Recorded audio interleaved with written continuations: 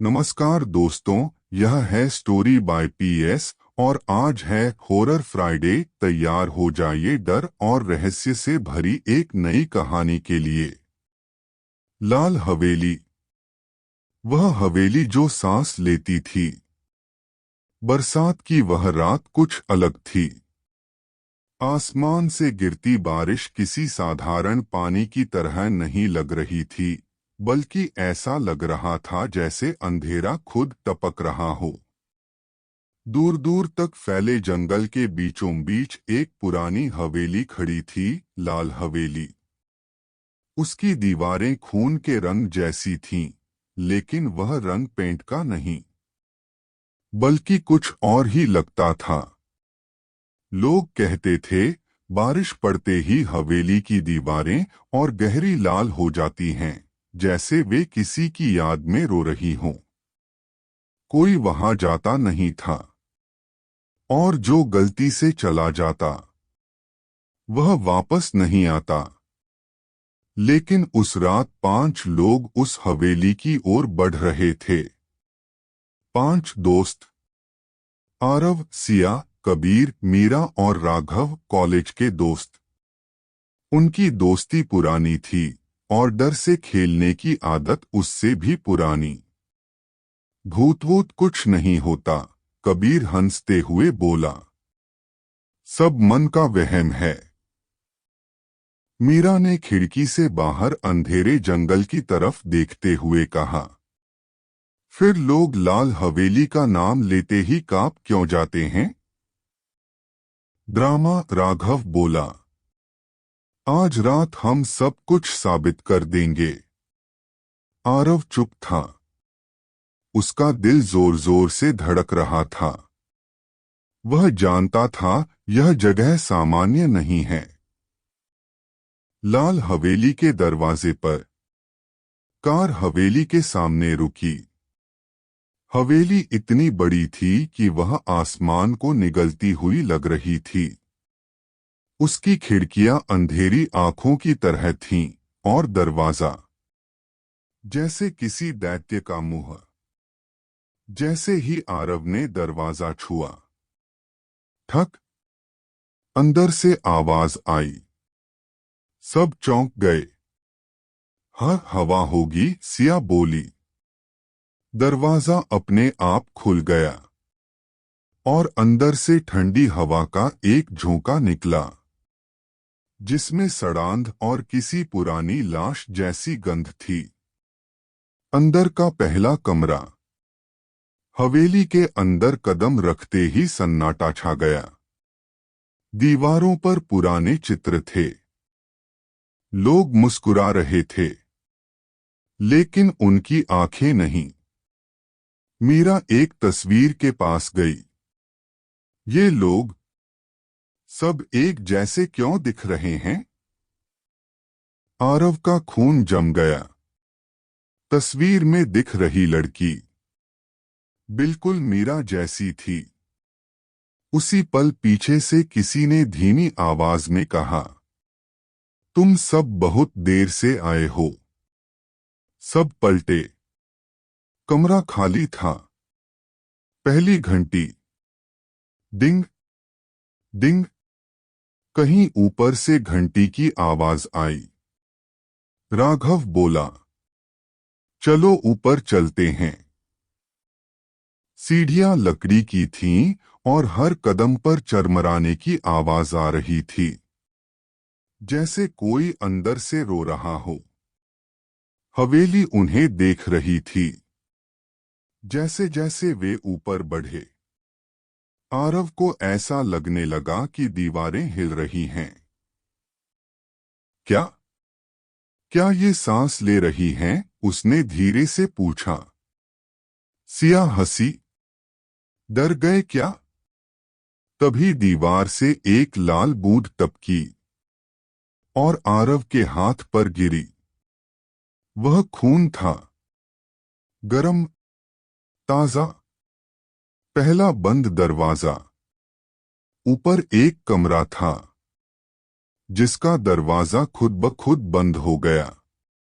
अंदर से खरोंचने की आवाज आने लगी। मीरा कांपने लगी। अंदर कोई है। तभी किसी बच्चे की रोती हुई आवाज आई, मुझे बाहर निकालो। कबीर ने दरवाजा खोला। अंदर कुछ नहीं था, सिर्फ दीवार पर लिखा था, अब तुम यहां से नहीं जा सकते। और तभी पीछे से धड़ाम, हवेली का मुख्य दरवाजा अपने आप बंद हो चुका था। और यह तो बस शुरुआत थी। आरव को एहसास हो गया था, वे किसी भूतिया जगह में नहीं, बल्कि किसी जिंदा भूखी चीज के अंदर थे। और लाल हवेली अब उन्हें छोड़ने वाली नहीं थी। दीवारों के पीछे की चीखें, मुख्य दरवाजा जोर से बंद हो चुका था। धड़ाम, उस आवाज ने पांचों के दिल हिला दिए। अब बाहर जाने का कोई रास्ता नहीं था। ये अपने आप कैसे बंद हो गया? सिया कांपते हुए बोली। आरव ने हैंडल घुमाया, धक्का मारा, लेकिन दरवाजा जैसे पत्थर बन चुका था। तभी हवेली के अंदर कहीं बहुत गहरी आवाज गूंजी, अब तुम मेरे हो। वह आवाज न आदमी की थी, न औरत की। वह किसी ऐसी चीज की थी जो बहुत पुरानी थी। लाल रोशनी। अचानक सारे बल्ब बुझ गए।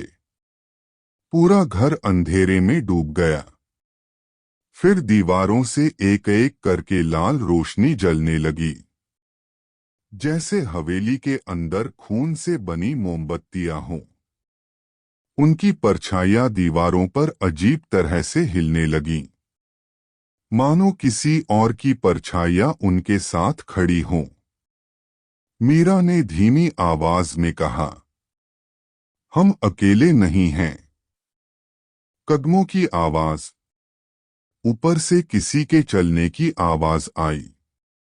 ठक ठक ठक। कोई है? राघव चिल्लाया। कोई जवाब नहीं। कदमों की आवाज सीढ़ियों की ओर आने लगी। धीरे, बहुत धीरे। कबीर ने मोबाइल की टॉर्च जलाई। रोशनी सीढ़ियों पर पड़ी, और वहां पैरों के निशान थे, खून से बने हुए। लेकिन उनके पैर नहीं थे। मीरा गायब। मीरा, सिया ने पीछे देखा। वह वहां नहीं थी। मीरा, आरव चिल्लाया। अभी एक पल पहले वह उनके साथ थी। हवा में उसकी खुशबू थी, लेकिन वह खुद नहीं थी। तभी ऊपर से उसकी चीख आई, बचाओ। और फिर अचानक चुप्पी। कमरा नंबर 13। वे दौड़ते हुए ऊपर पहुंचे। आवाज एक दरवाजे के पीछे से आ रही थी। दरवाजे पर लिखा था 13। राघव ने उसे धक्का दिया। दरवाजा खुलते ही बदबू का झोंका आया। अंदर मीरा दीवार से चिपकी हुई थी। उसकी आंखें खुली थीं, लेकिन वह सांस नहीं ले रही थी। उसकी परछाई दीवार पर अलग हिल रही थी, और परछाई ने धीरे से कहा, अब मेरी बारी है। पहला बलिदान। मीरा की लाश गिर गई, लेकिन उसकी परछाई बाहर निकल आई। वह जमीन पर काली धुएं की तरह फैल गई। और फिर एक लड़की की शक्ल ले ली। वही लड़की जो तस्वीरों में थी। वही लड़की जो मीरा जैसी दिखती थी। उसने मुस्कुराते हुए कहा, तुम में से हर कोई यहां किसी के जैसा है। और मैं सबकी जगह लेती हूँ। हवेली का सच। तभी दीवारों पर तस्वीरें बदलने लगीं। हर दोस्त की शक्ल किसी पुराने इंसान से मिलती थी। आरव 1923 का एक लड़का, सिया एक औरत, कबीर एक पागल आदमी, राघव एक लाश। लाल हवेली उन्हें पहले भी निगल चुकी थी। और अब फिर कौन बचेगा? मीरा जा चुकी थी। अब 4 रह गए थे। और हवेली उनके डर का मजा ले रही थी। सीढ़ियों से फिर वही आवाज आई। अगला कौन? आईनों में कैद आत्माएं। मीरा की परछाई हवा में घुल चुकी थी, लेकिन उसकी हंसी अभी भी गलियारों में गूंज रही थी। चारों दोस्त जड़ बने खड़े थे। ये सपना है, कबीर बुदबुदाया। ये सच नहीं हो सकता। लेकिन तभी फर्श पर मीरा का मोबाइल पड़ा मिला। स्क्रीन पर उसकी आखिरी फोटो खुली थी, जिसमें वह अपने पीछे किसी काली आकृति को खड़ा देख रही थी।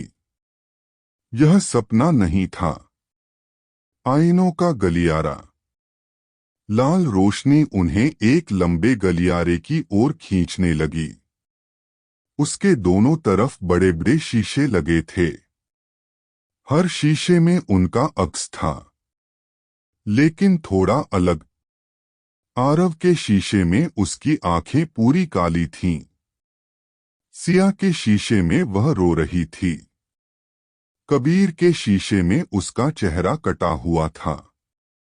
राघव के शीशे में वह पहले से मरा हुआ था। ये हमारा भविष्य है, सिया कांपते हुए बोली। तभी शीशों से धीमी फुसफुसाहट आने लगी। तुम सब यहाँ पहले भी मरे थे। 1923 की रात। गलियारे के आखिर में एक पुरानी किताब खुली पड़ी थी। आरव ने उसे उठाया। उसमें लिखा था, लाल हवेली में हर 30 साल में 5 आत्माएं आती हैं। उन्हें उनके पुराने जन्म की सजा मिलती है। उनके नाम लिखे थे। उन्हीं नामों के नीचे उनकी मौत का तरीका भी लिखा था। मीरा के सामने लिखा था, परछाई द्वारा कब्जा। आरव का नाम देखकर उसका दिल रुक गया। दीवारों में जिंदा दफन। पहला हमला। अचानक आईने फटने लगे। Crash, crash. उनमें से काली परछाइयां बाहर निकल आईं। एक परछाई ने कबीर को पकड़ लिया। वह चीख रहा था, आरव, मुझे छोड़ना मत। लेकिन उसकी परछाई उसकी जगह लेने लगी। उसकी आंखें सफेद हो गईं। और फिर कबीर गिर पड़ा। अब वहां खड़ा था, कबीर जैसा दिखने वाला कुछ और। हवेली मुस्कुरा रही थी। अब 3। हवेली की आवाज गूंजी। सिया रो पड़ी। राघव बुदबुदाया, हम सब मारे जाएंगे। आरव की मुट्ठियां भींच गईं। नहीं, इस बार कहानी बदलेगी। लेकिन लाल हवेली कभी किसी को जाने नहीं देती। असली भूत अब सिर्फ 3 बचे थे, आरव, सिया और राघव। कबीर का दूसरा रूप अंधेरे में कहीं गायब हो चुका था, लेकिन उसकी हंसी अभी भी गूंज रही थी। तुम बच नहीं सकते। हवेली जैसे जिंदा थी।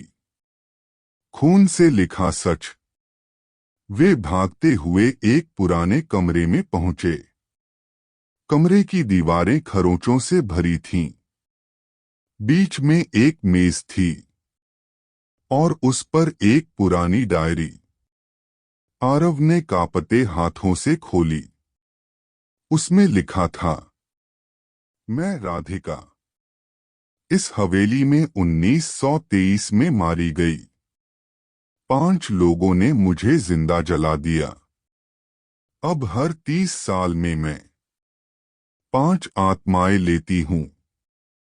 सिया की आंखें फैल गईं। तो वही लड़की, मीरा जैसी।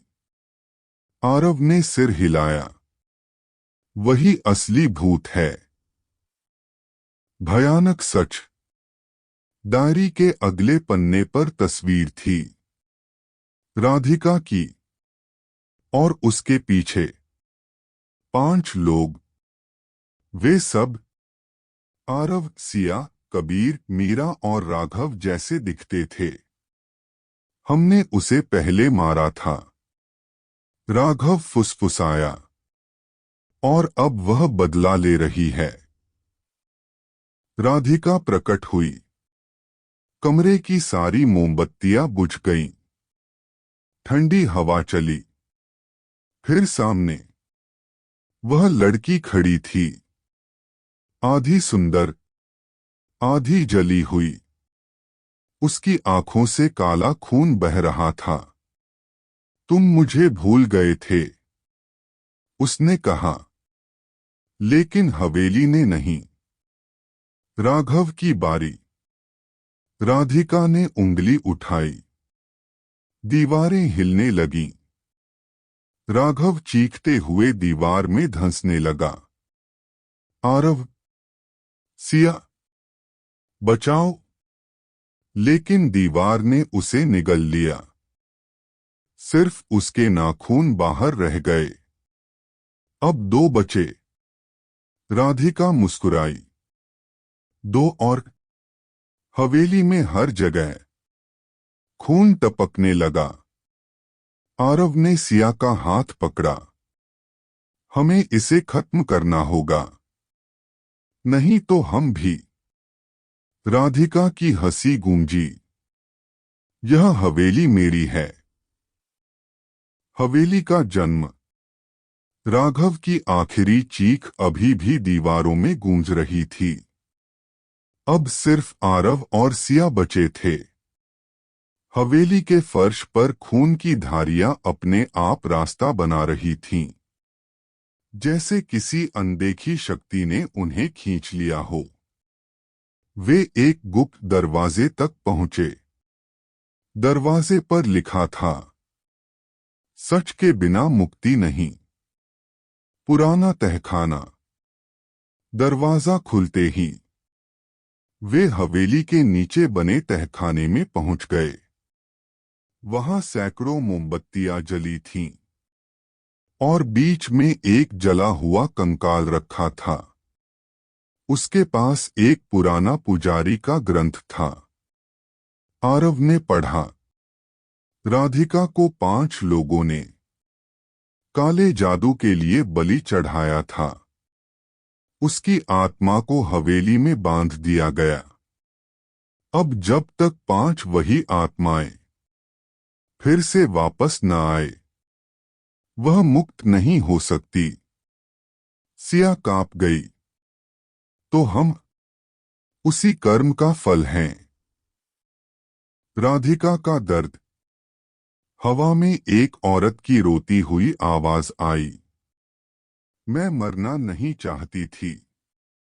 राधिका सामने प्रकट हुई, लेकिन इस बार वह भयानक नहीं, बल्कि टूटी हुई लग रही थी। तुमने मुझे जलाया, और इस हवेली ने मुझे कैद कर लिया। एक मौका। आरव ने हिम्मत जुटाई। अगर हम तुम्हें मुक्त कर दें, तो क्या हम बच सकते हैं? राधिका की आंखों से खून की जगह आंसू गिरे। एक आत्मा को खुद को बलि देना होगा। कौन जाएगा? हवेली शांत हो गई। सिया ने आरव की तरफ देखा। दोनों जानते थे किसी एक को मरना होगा। और राधिका की मुस्कान फिर से अंधेरी हो रही थी। अंतिम बलि। तहखाने में सन्नाटा था।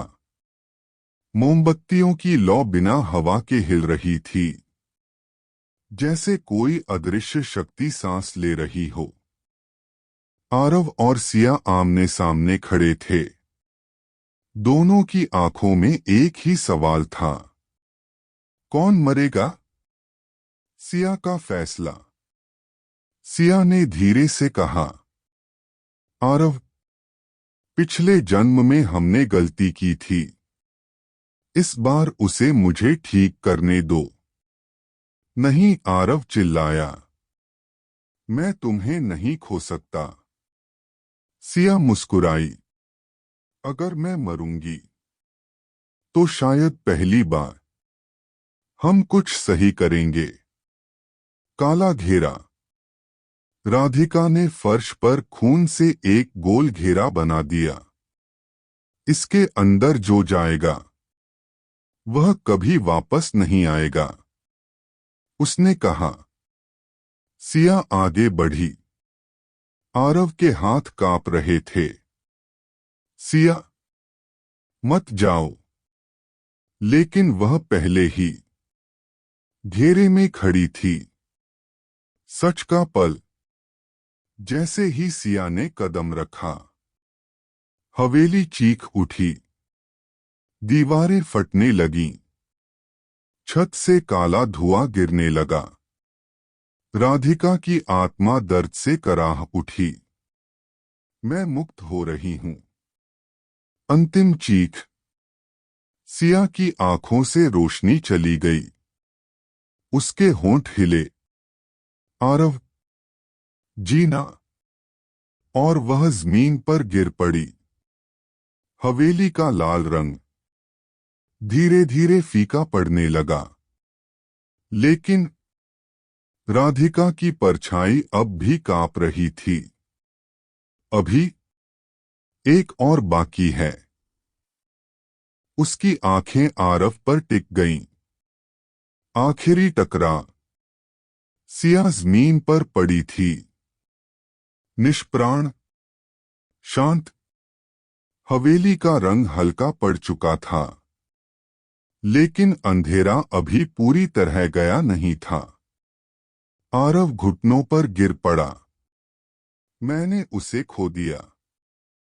उसकी आंखों से आंसू टपककर फर्श पर गिरे, और वे आंसू भी खून जैसे लाल हो गए। राधिका का असली रूप। राधिका सामने खड़ी थी। अब उसका चेहरा दो हिस्सों में बंटा हुआ था। एक दुखी लड़की, दूसरा एक भयानक दानव। एक बलि से मैं आधी मुक्त हुई हूं, वह बोली। दूसरी आत्मा चाहिए, तुम्हारी। आरव की यादें। तभी आरव को सब याद आने लगा। पिछला जन्म। वे 5 लोग राधिका को हवेली में जलाते हुए। वह खुद भी उस पाप का हिस्सा था। मैं भाग नहीं सकता। आरव बुदबुदाया, ये मेरा कर्म है। सच की ताकत। आरव ने तहखाने से वह पुराना ग्रंथ उठाया। उसमें लिखा था, अगर दोषी अपनी गलती स्वीकार करे और आत्मा को मुक्त करे तो भूत खत्म हो सकता है। बिना दूसरी बलि के। आरव ने राधिका की तरफ देखा। मैंने तुम्हें मारा था, मुझे माफ कर दो। राधिका की आंखें। पहली बार राधिका की आंखों से खून नहीं, आंसू गिरे। तुम सच में पछता रहे हो। हवेली कांपने लगी। दीवारों में फंसी आत्माएं रोने लगीं। अंत करीब। राधिका चीख उठी, मुझे आजादी चाहिए। हवेली में दरारें पड़ने लगीं। आरव ने सिया का हाथ पकड़ा। अगर यह टूटे तो सब खत्म हो जाएगा। हवेली अब स्थिर नहीं थी। दीवारें हिल रही थीं। छत से पत्थर गिर रहे थे और हर कोने से दर्द भरी आत्माओं की आवाजें आ रही थीं। राधिका दोनों हाथों से अपना सिर पकड़े खड़ी थी। मुझे मुक्त करो। आरव ने ग्रंथ को उसके सामने खोला। तुम्हारी आत्मा को इस हवेली से अलग करना होगा, उसने कांपती आवाज में कहा।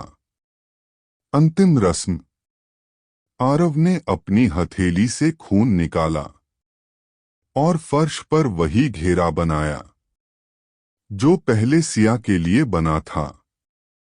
यह मेरी गलती है, उसने कहा। अगर किसी को कीमत चुकानी है तो मैं चुकाऊंगा। राधिका उसकी तरफ बढ़ी, लेकिन इस बार उसकी आंखों में नफरत नहीं थी, बस दर्द था। मुक्ति।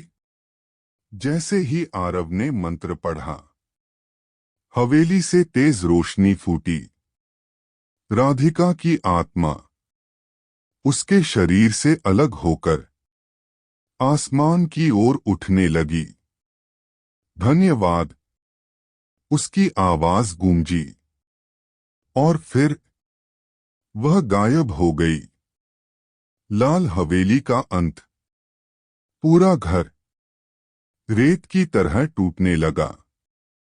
आरव ने सिया को उठाया और किसी तरह बाहर भागा। पीछे मुड़कर देखा तो लाल हवेली अब सिर्फ खंडहर थी और फिर वह भी मिट्टी बन गई।